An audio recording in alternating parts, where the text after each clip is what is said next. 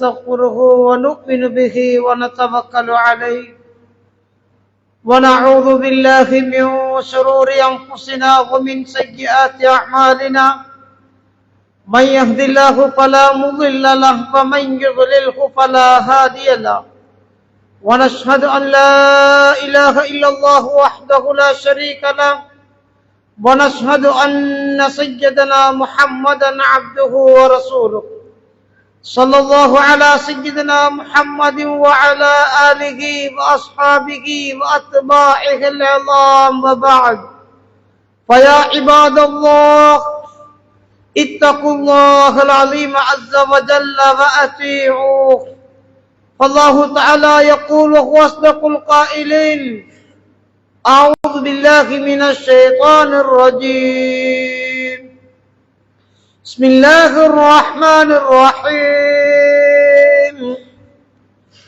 سبحان الذي أسرى بعبده ليلا من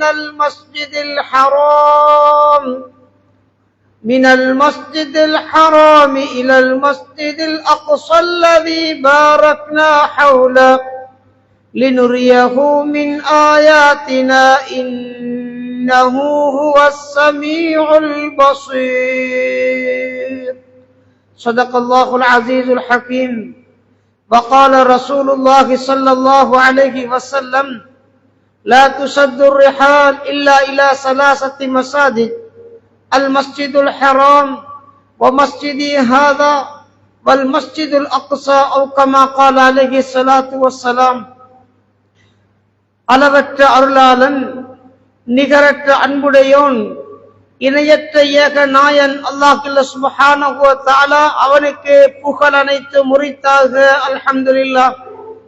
ஸலவாத் என்னும் கருணையும் ஸலாம் என்னும் ஈரேற்ற வந்தனமும் அஞ்ஞான இருளின் அதிகார ஆட்சியை அடியோடு சாய்த்து இறையருளை ஏற்றி வைத்த இருளக நேசர் காரூணிய நபி ஸல்லல்லாஹு அலைஹி வஸல்லம் அன்னார்கள் மீதிலும் அன்னாரின் நடிச்சுவடுகளை அணுகுமசையாது எடுத்து நடந்த அருமை சஹாபாக்கள் தாபிஊன்கள் வதபஉ தாபிஈன்கள் யுகமுடிவு நாள் வரைக்கும் இம்மன்னகத்திலே தோன்றி மரணிக்கின்ற அனைத்து முஃமின்கள் முஸ்லிம்கள் யாப்பேரிலும் சாந்தியும் சமாதானம் உண்டாவதாக.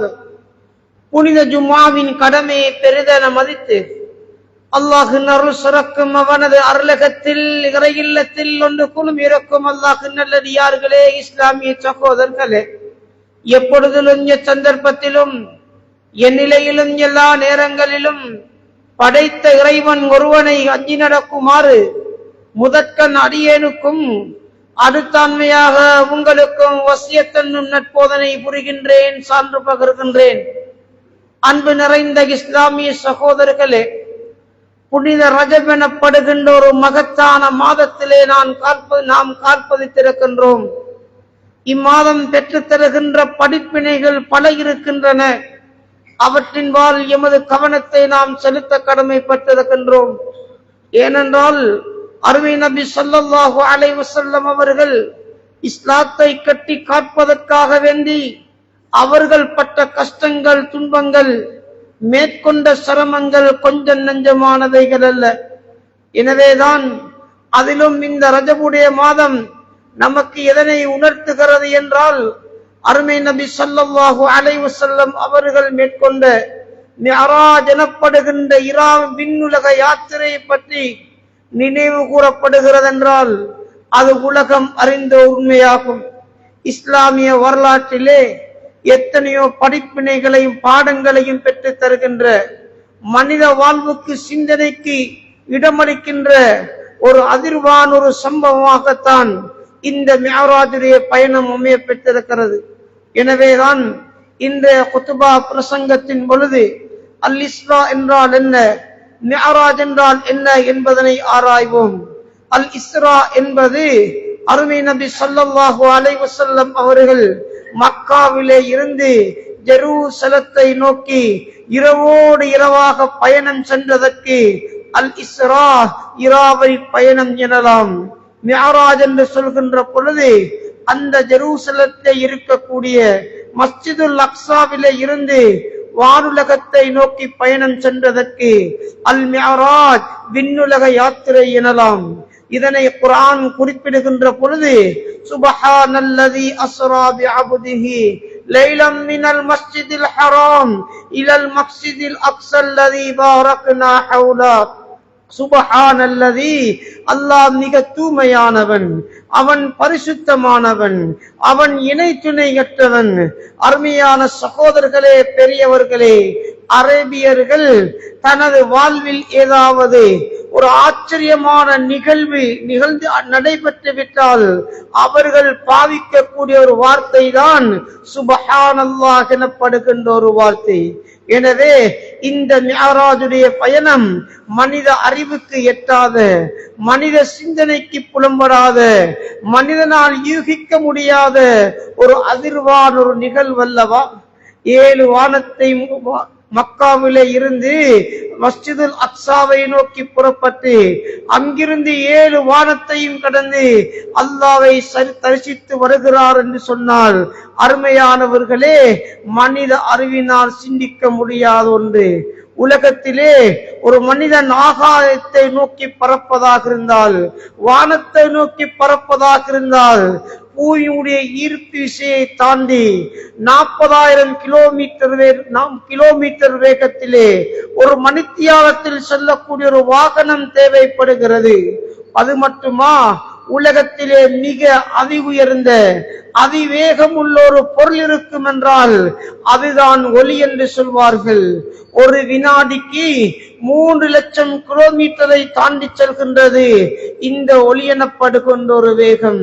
அருமையான சகோதரர்களே, பெரியவர்களே, இப்படி உலகத்துடைய அறிவு ஆய்வு இருக்க அருமை நபி ஸல்லல்லாஹு அலைஹி வஸல்லம் அவர்கள் மக்காவில இருந்து 1200 கிலோமீட்டர் தொலை தூரத்தில் இருக்கக்கூடிய மஸ்ஜிதுல் அக்ஸாவை நோக்கி இரவோடு இரவாக புறப்பட்டு அங்கிருந்து 7 வானங்களையும் கடந்து அல்லாஹ்வை தரிசித்து விட்டு அதே இரவில் பொழுது விடுவதற்கு முன்பு இவ்வுலகத்தை நோக்கி வருகிறார்கள் என்று சொன்னால் மனிதனால் சிந்திக்க முடியுமா? மனித அறிவுக்கு எட்டக்கூடியதா? அதனால தான் அல்லாஹ் இந்த வசனத்தின் ஆரம்பத்திலே வாசகம் இடுகின்றான், சுப்ஹானல்லதி, அந்த தூய்மையான அல்லாஹ், பரிசுத்தமான அல்லாஹ், நித்திய ஜீவனான அல்லாஹ், அஸ்ரா பிஅப்திஹி, ரசூலுல்லாஹி ஸல்லல்லாஹு அலைஹி வஸல்லம் அவர்களை இராவலி பயணம் நடாத்த செய்தான்.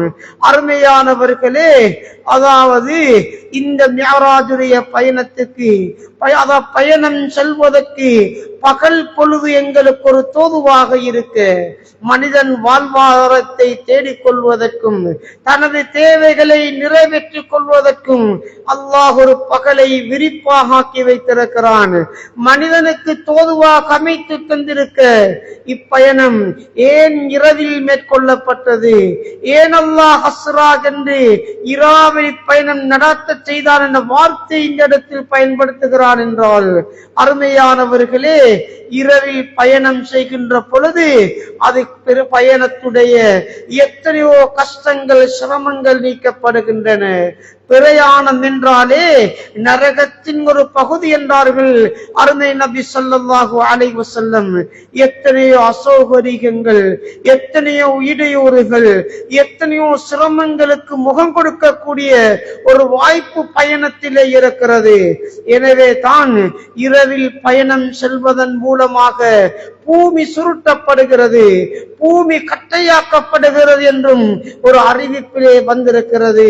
எனவே ரசூலுல்லாஹி ஸல்லல்லாஹு அலைஹி வஸல்லம் அவர்கள் மக்காவில இருந்து 1200 கிலோமீட்டர் அப்பால் இருக்கக்கூடிய ஜெருசலத்திலே ஈலியா எனப்படுகின்ற இடத்தில் அமையப்பட்டிருக்கக்கூடிய மஸ்ஜிதுல் அக்ஸாவை நோக்கி இந்த சிரமத்தை தவிர்ப்பதற்காக வேண்டி அல்லாஹ் இரவில் பயணம் நடாத்த செய்தான்.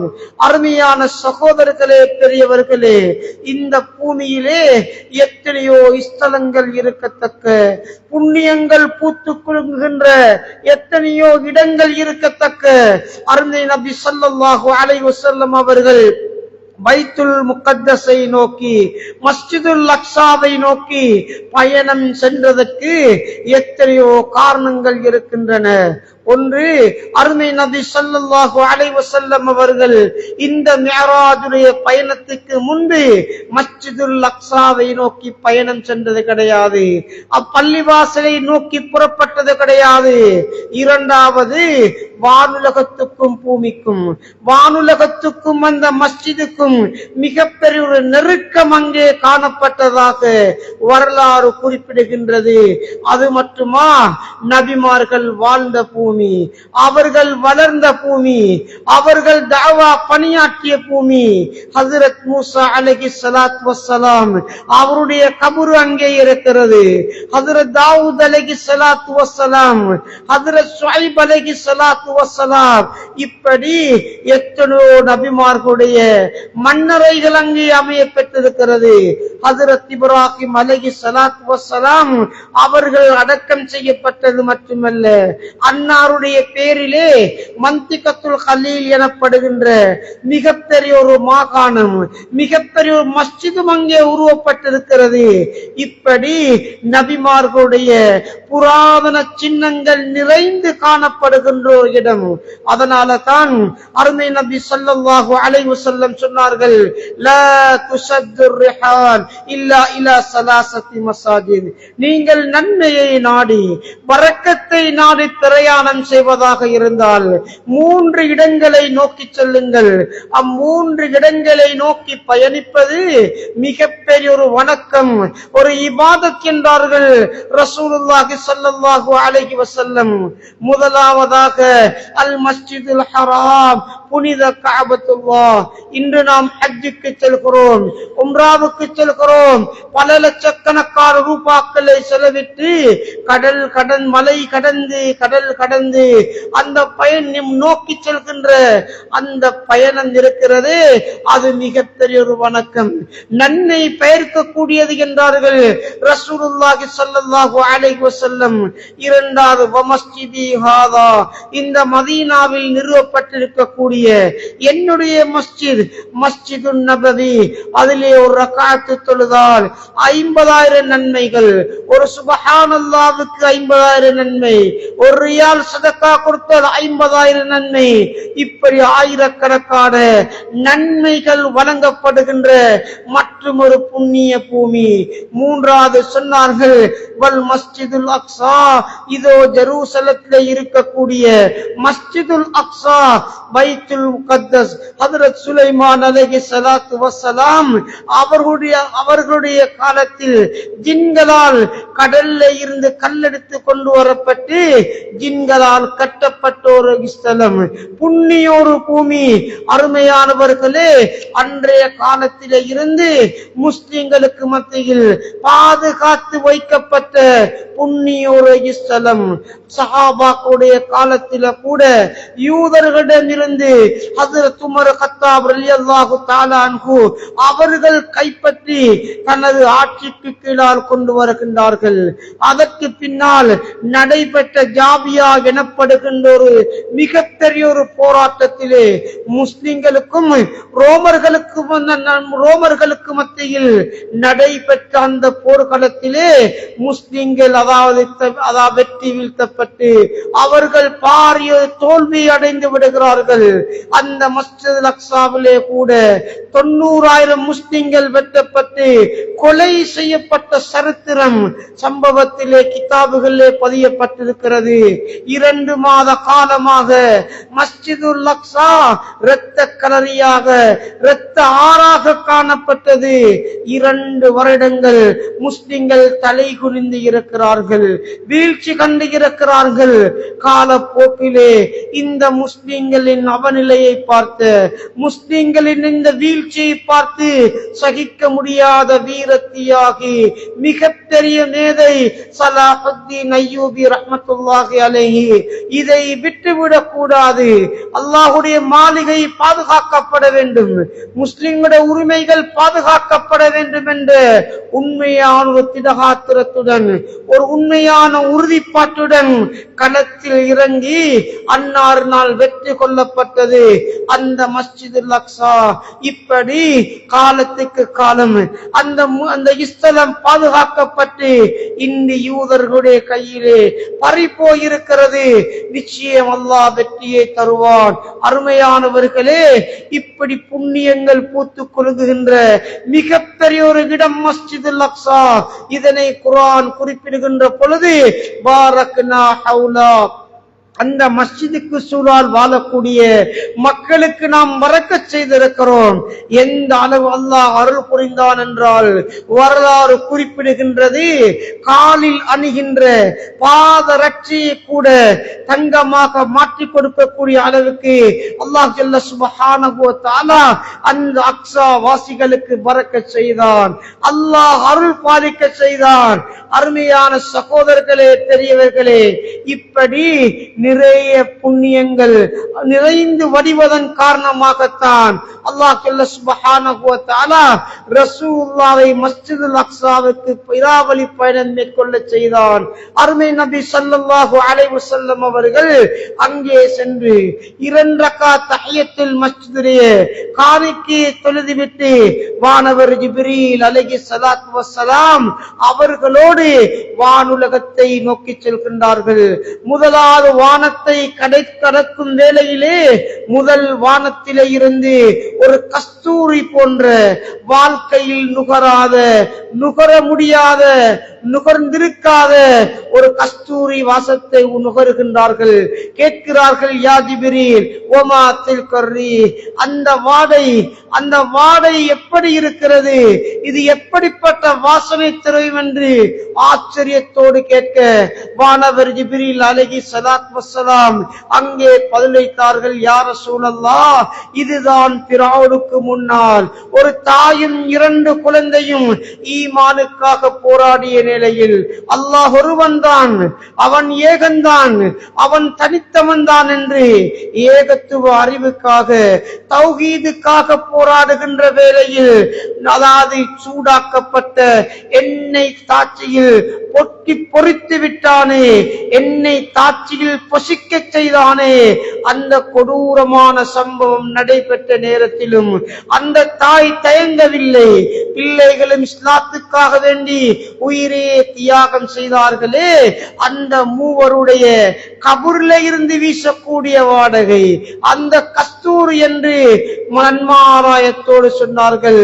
முதலாவது வானத்திலே கால் பதித்ததும் அங்கிருக்கக்கூடிய மலக்குமார்களுக்கு அஸ்ஸலாமு அலைக்கும் அத்தஹியாத்துல் முபாரகாத்துஸ் ஸலவாத் தய்யிபாத் லில்லாஹ் என்று காணிக்கை முன்வைத்த பொழுது இதனை கேட்ட மலக்குமார்கள் அஸ்ஸலாமு அலைனா வ அலா இபாதில்லாஹிஸ் ஸாலிஹீன், நீங்கள் சொல்லக்கூடிய இந்த பரக்கத்தான மனமான காணிக்கைகள் எங்கள் மீதும் இந்த உம்மத்திலே வாழ்ந்து மரணிக்கின்ற சாலிஹான நல்லடியார்கள் மீது உண்டாவதாக என்று பிற்கால சமூகத்தின் நல்லவர்களையும் இணைத்துக் கொண்டு அங்கே பதில் வைத்தார்கள்.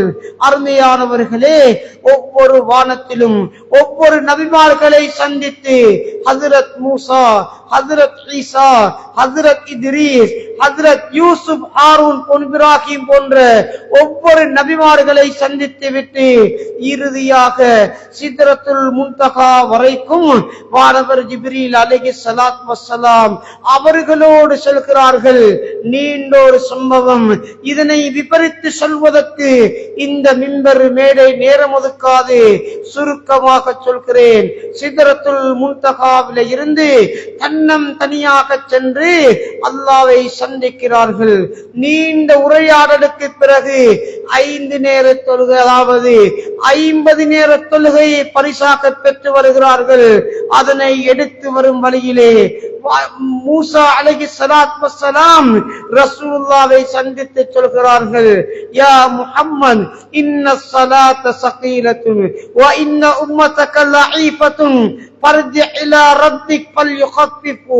ஏ மூசா முஹம்மதே, நீங்கள் எடுத்து வந்திருக்கக்கூடிய இந்த பரிசாக பெற்று வந்திருக்கக்கூடிய 50 நேர தொழுகையோ மிகவும் பாரமானது, இந்த உம்மத்துக்கு கனமானது.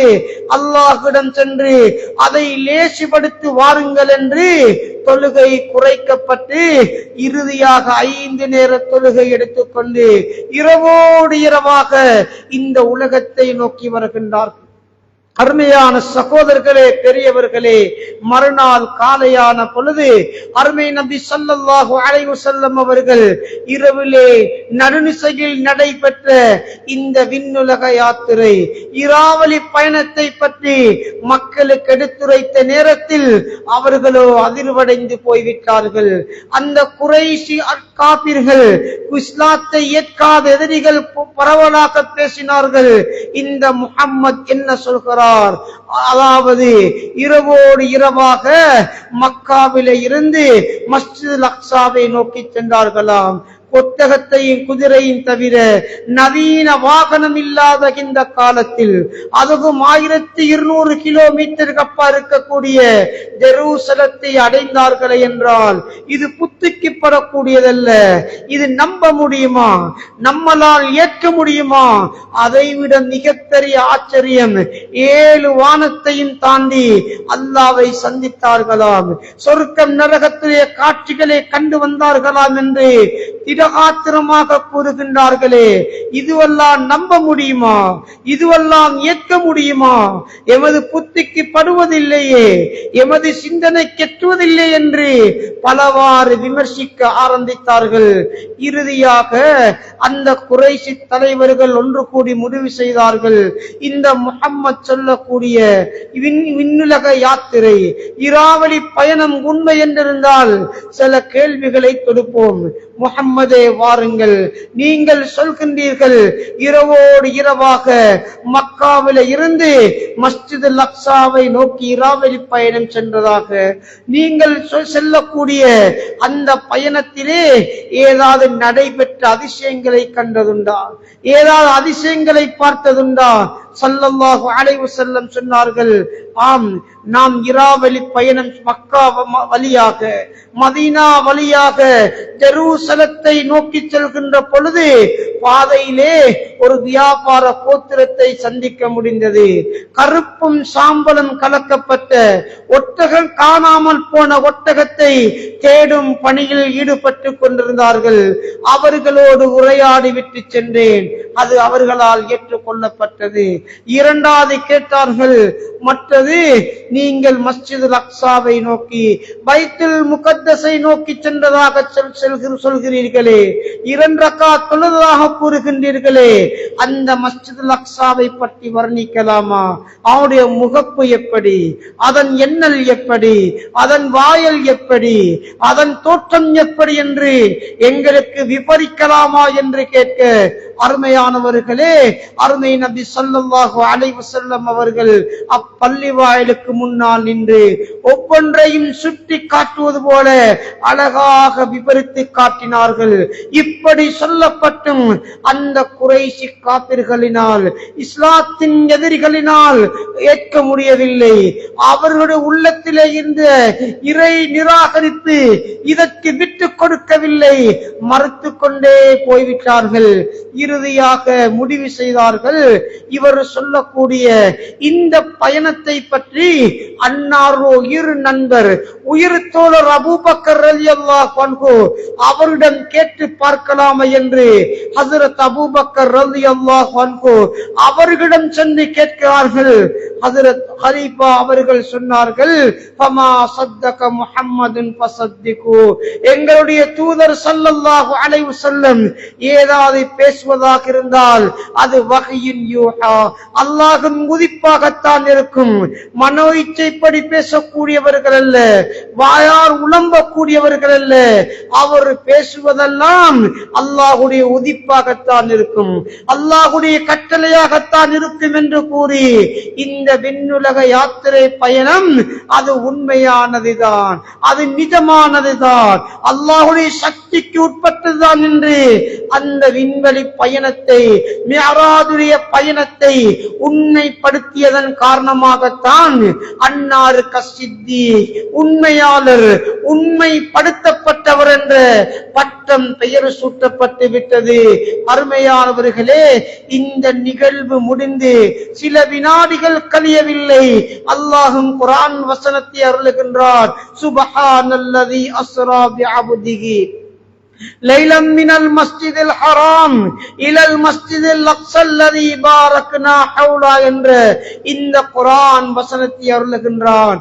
அருமையானவர்களே, விண்ணுலக யாத்திரை, இந்த மிஅராஜுடைய பயணம் நமது ஈமானை பரிசோதிக்கின்ற ஒரு பயணம். உலகத்திலே பல்லாயிரக்கணக்கான 30,000 40,000 அடிகளுக்கு மேலால், அதாவது மிக உயர் வேகத்திலே மலை கடந்து கடல் கடந்து செல்கின்ற ஒரு இரும்பு துண்டிலே இருந்து விமானம் கண்டுபிடிக்கப்படுவதை நம்மால் நம்ப முடியும் என்றால், மனிதன் அதாவது சந்திர மண்டலத்துக்கு சென்று ஆய்வு செய்கிறான் என்றால், உலகத்தில் எதையெல்லாம் நிலத்துக்கு கீழாலும் ஆகாயத்திலேயும் அவன் ஆய்வு செய்து சில விடயங்களை கண்டுபிடிக்கிறான் என்றால், இந்த மிஅராஜுடைய பயணத்தை நம்புவதுதான் ஈமானின் அடிப்படையாக இருக்கிறது. இதுதான் ஹிதாயத்தின் நஸ்திபாரமாக இருக்கிறது. அருமையான சகோதரர்களே, பெரியவர்களே, இப்படி மேற்கொள்ளப்பட்ட அந்த மிஅராஜுடைய பயணத்தை அல்லாஹ் ஏன் ரசூலுல்லாஹ்வுக்கு நிகழ்த்தினான்? லினுரியஹு மின் ஆயாத்தினா. அல்லாஹ் ஒருவன் தான், அவன் ஏகன்தான், அவன் தனித்தவன் தான் என்ற அவனுடைய சக்தியை, அத்தாட்சியை காண்பிப்பதற்காக வேண்டி நல்லதை ஏற்று தீயை தவிர்ந்து மறு உலகத்தை நோக்கமாக கொண்டு வாழக்கூடிய அந்த மக்களுக்கு சொர்க்கத்தின் மீது நன்மாராயம் கூறுவதற்காக, அல்லாஹ்வுடைய கட்டளை ஏற்காது, நரகத்தை பயப்படாது, கபரை அஞ்சாது, உலகத்தில் தாண்டோண்டித்தனமாக வாழ்ந்து மறுக்கின்ற நரகவாசிகளுக்கு என்னென்ன தண்டனை இருக்கிறது என்பதை காண்பிப்பதற்காகத்தான் அல்லாஹ் ஜல்ல சுப்ஹானஹு வ தஆலா இந்த ரஜபுடைய மாதத்திலே மிஅராஜ் என்ற பயணத்தை நிகழ்த்த செய்தான். தாயிப்பிலே கல்லாலும் கொள்ளு சொல்லாலும் அடிக்கப்பட்டு ரத்தம் சிந்தப்பட்டு இந்த தியாகம் முடிவடைவதோடு ரசூலுல்லாஹ்வுக்கு ஆறுதல் அளிப்பதற்காகத்தான் அல்லாஹ் இந்த பயணத்தை அடுத்த கட்டமாக மேற்கொள்ள செய்தான். அருமையானவர்களே, எனவே தான் அந்த புனிதம் நிறைந்த ரஜபுடைய மாதத்திலே இருக்கக்கூடிய நமக்கு இந்த பயணம் நிகழ்வு எதை உணர்த்துகிறது என்றால், எதை படித்து தருகிறது என்றால், மனிதனுடைய ஈமானையும் குப்ரியத்தையும் ஒரு காபிரையும் முஸ்லிமையும் பிரித்து காட்டக்கூடிய அந்த தொழுகையை நமக்கு வலியுறுத்துகின்ற ஒரு பாடம், அந்த தொழுகையை கற்பிக்கின்ற ஒரு பாடம். அன்பார்ந்தவர்களே, இன்று 30 வருடமாக 40 50 60 வருடமாக முஸ்லிமாக வாழுகிறோம், மூமின் என்ற பேரிலே வாழுகிறோம். ஆனால் எத்தனை பேரிடம் அந்த தொழுகை பேணப்படுகிறது? கணவன் இருந்தால் மனைவிடம் இருக்கிறதா? பெற்றோரிடம் இருந்தால் பிள்ளைகளிடம் இருக்கிறதா? முதலாளியிடம் இருந்தால் தொழிலாளிடம் இருக்கிறதா? அன்பார்ந்தவர்களே, இன்று எவரை பார்த்தாலும் பஜாரிலே பேசப்படுகின்ற ஒரு வார்த்தை தான், பிசினஸ் வேகமாக இல்லையே, பிசினஸ் சுறுசுறுப்பாக இல்லையே, பஜார் நன்றாக இல்லையே, மந்தமாக போய் கிடக்கிறது. காரணம் என்ன? அன்பார்ந்தவர்களே, அரசாங்கம் காரணம் அல்ல, அதிகாரிகள் காரணம் அல்ல. அல்லாஹ் நமக்கு அழகான பார்வையை தந்து, அழகான கேள்வியை தந்து, உடம்புல நல்ல சக்தியை தந்த ரப்பு ஹய்ய அலா ஸலாஹ், வெற்றியின் பக்கம் வாருங்கள் என்று அழைப்பு விடுத்து விட்டால் மஸ்ஜிதுக்கு செல்வதற்கு மந்தமாக இருக்கிறோம், மஸ்ஜிதுக்கு செல்வதற்கு சோம்பரமாக இருக்கிறோம். ஏதோ வியாபாரத்திலே ஊடகங்களிலே, இணையதளத்திலே, மீடியாவிலே, பேஸ்புக்கிலே, அதாவது யூடியூபிலே தனது நேரத்தையும் காலத்தையும் கழித்துவிட்டு நம்முடைய தொழுகை எப்படி இருக்கிறது தெரியுமா?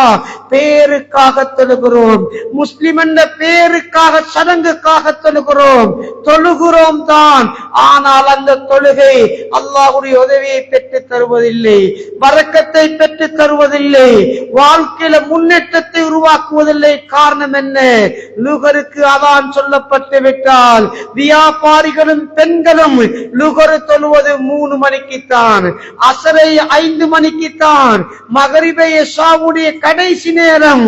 அருமையானவர்களே, குர்ஆன் ஹதீஸ் பேசுகின்றவர்கள் ஊரை சிறுமக்கமாக ஆக்க வேண்டும், சிறு மதீனாவை ஆக்க வேண்டும் என்று ஊருக்கு வடைபடம் இறக்கின்றவர்கள், வரைபடம் வரைகின்றவர்கள், ஊருக்கு இன்றைக்கு அதாவது கோடு கீறுகின்றவர்கள். அவரிடம் பார்த்தால் சுபஹ் ஜமாத்து தொழுகை எத்தனையோ மாசங்கள், அப்பல் ஜமாத்தோடு தொழுகைக்கு வருகை அளித்து எத்தனையோ நாட்களாக காணப்படுகின்றது. ஆனால் இன்றைக்கு ஊரை பற்றி சிந்திக்கின்றவர்கள், ஊரை பற்றி கவலைப்படுகின்றவர்கள். அருமையானவர்களே, ஊரை பற்றி கவலைப்பட வேண்டியவர்கள் அப்பல் ஜமாத்தோடு சுபஹ் தொழுதுவிட்டு வட்டமாக உட்கார்ந்து ஊரை சிந்தியுங்கள், ஊரை பற்றி அலசி ஆராயுங்கள். தொழுகைக்காக வேண்டி மக்களை அழைப்பதுதான் ஊருடைய கவலை உள்ளவர்கள், ஊருடைய பற்று உள்ளவர்கள். ஆனால் இன்று தொழுகையாக இல்லை, இபாதத்தாக இல்லாதன் காரணமாக அல்லாஹ் வியாபாரத்தை நெருக்கடி, குடும்ப வாழ்க்கையில் நெருக்கடி, கணவன் மனைவிக்கு மத்தியில பிரச்சனைகளை உருவாக்க காரணம் என்ன? தொழுகை சரியாக பேணுவதில்லை, நேரத்துக்கு தொழுகின்ற பழக்கம் இல்லை. இன்று மக்கா மதீனா செல்வம் குமிக்கும் ஒரு பூமியாக, பிரகாசிக்கும் ஒரு பூமியாக, அற்புதங்கள் நிறைந்த ஒரு பூமியாக ஏன் காணப்படுகிறது? அதான் சொல்லப்பட்டு விட்டால் தொழுகைக்கு முக்கியத்துவம் கொடுப்பார்கள்.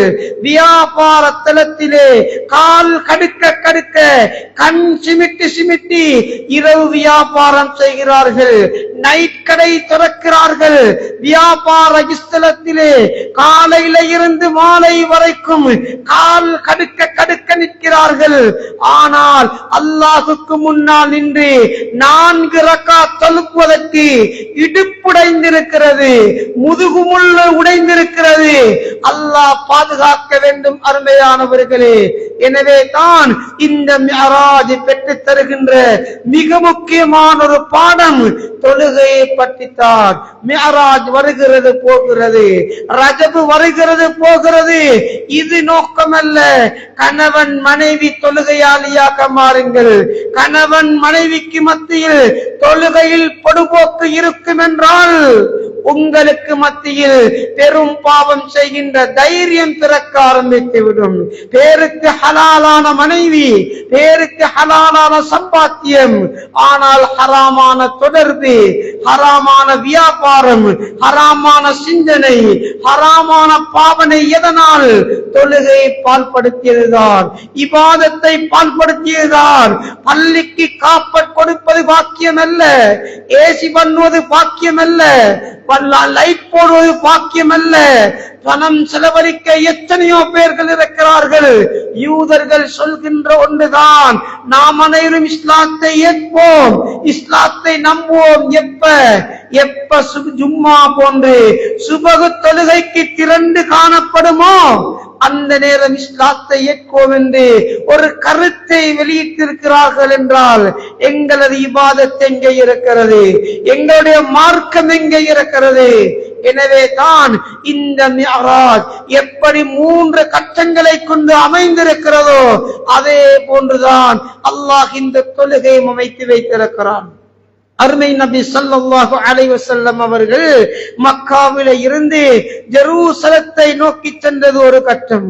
அந்த அக்ஸாவிலே இருந்து வானுலகத்தை நோக்கி சென்றது இரண்டாவது கட்டம். வானுலகத்திலே சிதறத்துல் முன்தகாவிலே இருந்து தன்னந்தனியாக அல்லாஹ்வை சென்றடைந்தது மூன்றாவது கட்டம். இதே போன்றுதான் அல்லாஹ் இந்த தொழுகையும் அமைத்து வைத்திருக்கிறான். அல்லாஹு அக்பர் என்று தக்பீர் கட்டுகிறோம். இது மக்காவில இருந்து பைத்துல் முகத்தஸை நோக்கி சென்றது போல. ருக்குவுக்கு செல்கிறோம், அந்த முகத்தஸிலே இருந்து வானுலகத்தை நோக்கி சென்றது போல ருக்குவுல இருந்து சுஜூதுக்கு செல்கிறோம். சிதறத்துல் முன்தகாவில இருந்து அல்லாஹ்வை சந்தித்தது போல. இதைத்தான் குர்ஆன் குறிப்பிடுகின்றது. ஃபஸ்ஜுது வக்தரிப், சுஜூது செய்து அல்லாஹ்வின் நெருக்கத்தை பெற்றுக் கொள்ளுங்கள். அன்பார்ந்தவர்களே, என்ன பிரச்சனை வந்தாலும், என்ன கஷ்டம் வந்தாலும், என்ன துன்பம் வந்தாலும் அங்கே கழுத்திலே கயிறை போட்டு உயிரை மாய்த்து கொள்வதல்ல இஸ்லாம். பெனடோல் குடிப்பதல்ல இஸ்லாம். நஞ்சி குடிப்பதல்ல இஸ்லாம். எல்லா பிரச்சனைக்கும் அல்லாஹ் தொழுகையில தீர்வு வைத்திருக்கிறார், மார்க்கத்தில தீர்வு வைத்திருக்கிறார். எனவே ரஜப் மாதத்தை இருக்கக்கூடிய நாம் கடந்த காலத்தில் நடைபெற்ற பிழைகளை சிந்தித்து தௌபா செய்வோம், அல்லாஹ்வின் பக்கம் நெருங்குவோம், உண்மையான முஸ்லிம்களாக மாறுவோம். அமலுக்கு தயாராக வேண்டிய, நம்மை புனிதனாக மாற்றிக்கொள்ளக்கூடிய மாதம் எங்களை எதிர்நோக்கி வருகிறது. அதுதான் ரமதானுடைய மாதம். ரஜபிலே இருந்து தயாராக வேண்டிய ஒரு மாதம். ரசூலுல்லாஹ் ஏன் துஆ செய்தார்கள்? அல்லாஹும்ம பாரிக் லனா ஃபீ ரஜப வ ஷஅபான். யா அல்லாஹ், ரஜபிலும் ஷஅபானிலும் பரக்கத் செய்வாயாக, ரமலானை அடைய செய்வாயாக என்று ஏன் ரசூலுல்லாஹ் துஆ செய்தார்கள்? அமலுக்கு தயாராகுவதற்காக வேண்டி, அமலுக்கு அட்டவணை விடுவதற்காக வேண்டி. எனவே தொழுகை இல்லாத மக்கள் 5 நேரத்தை நேரத்துக்கு தொழுவோம், குறித்த நேரத்தில் தொழுவோம். யாருக்கு கடன் வைத்தாலும் படைச்ச ரப்புக்கு கடன் வைக்காத நல்மனிதர்களாக மாறுவோம். ஜகாத் நோன்பு வருகிறது, அதற்காக வேண்டி தயாராக வேண்டிய ஒரு மாதம். ஜகாத்து கொடுப்பவர்கள் இப்பொழுதே ஜகாத்துக்கு தயாராகி ஸ்டாக்குகளை எடுத்து ஜகாத்தை எவருக்கு கொடுப்பது, யாருக்கு கொடுப்பதென்று அட்டவணை விடப்பட வேண்டிய ஒரு காலம். அடுத்ததாக ஹஜ்ஜுடைய கடமை, தொழுகை, நோன்பு, ஜகாத், ஹஜ், 50 கடமைகளை சிந்திக்கக்கூடிய ஒரு மாதத்திலே இருக்கிறோம். யாரெல்லாம் இதுவரைக்கும் ஹஜ்ஜை நிறைவேற்றவில்லையோ, அன்பார்ந்தவர்களே, தயாராகுங்கள், புறப்படுங்கள். ஹஜ்ஜுடைய காலம் வந்துவிட்டால் எமக்கு குமரு காரியம் இருக்கிறது, எமக்கு கடன் இருக்கிறது, எமக்கு வீட்டு பொறுப்பு இருக்கிறது, நொண்டி சாட்டை கூறி அந்த ஹஜ்ஜை திப்போடுகின்றீர்கள். ஆனால் எங்கேயாவது காணி ஒன்று வந்து விட்டால் அங்க பிரட்டி இங்க பிரட்டி, அங்க சுரட்டி இங்க சுரட்டி, காணி வாங்க பணம் இருக்கிறது, கடை வாங்க பணம் இருக்கிறது, வீட்டை 3-4 மாடியாக கட்டுவதற்கு சஜ்ஜா திராதா மாளிகை கட்டுவது போல மாட மாளிகை கட்டுவதற்கு பணம் இருக்கிறது. உலகத்திலே எல்லாவற்றிற்கும் பணம் இருக்கிறது.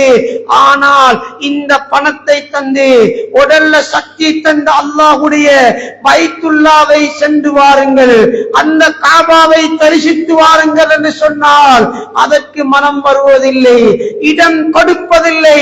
அருமையானவர்களே, வசதி வாய்ப்பு இருந்தும் ஏற்பாடு இருந்தும் உலகத்திலே சாட்டு போக்களை கூறிக்கொண்டு நீங்க நெட்டி கறிக்க தொழலாம், அழலாம், நீங்க துஆ செய்யலாம், ஜகாத்து கொடுக்கலாம், சதகா கொடுக்கலாம், நோன்பு நோக்கலாம். ஹஜ்ஜை தரிசிக்காமல் மரணித்து விட்டால் அல்லாஹ்வை பயந்து கொள்ளுங்கள், எச்சரிக்கையாக இருங்கள். ஒரு ஹதீஸை சொல்கிறேன், இவ்வளவு பணம் இருந்தும் ஊர் உலகத்துக்கு கோடிக்கணக்கு கட்டியும் ஹஜ் செய்யாமல் மரணித்து விட்டால் உங்களை தொழுவித்து கபர்ல கஃன் புடவையோட வைப்பாங்க, கிபிலாவை முன்னோக்கித்தான் வைப்பாங்க, முகத்தை கிபிலாவுக்கு காட்டி வைப்பாங்க. ஹதீஸ்ல வருது, எவர் ஹஜ்ஜுடைய கடமையை நிறைவேற்றாமல் அங்க மரணிக்கின்றானோ அந்த மனிதனுடைய முகத்துக்கு கஅபாவை விட்டு அல்லாஹ் திரையிட்டு விடுவான். அவருடைய முகத்துக்கு அல்லாஹ் பலகையால் திலகையிட்டு விடுவான். எப்படி நசாராக்களுக்கு கிபிலா காட்டப்படாதது போல, கபூர்ல கிபுராவுடைய முகம் திருப்பப்படுவது போல, இந்த ஹஜ்ஜை நிறைவேற்றாத மனிதன் எவ்வளவு அமலாளியாக இருந்தாலும் கிபிலாவை விட்டும் முகம் திருப்பப்படும் என்றார்கள் ரசூலுல்லாஹி ஸல்லல்லாஹு அலைஹி வஸல்லம்.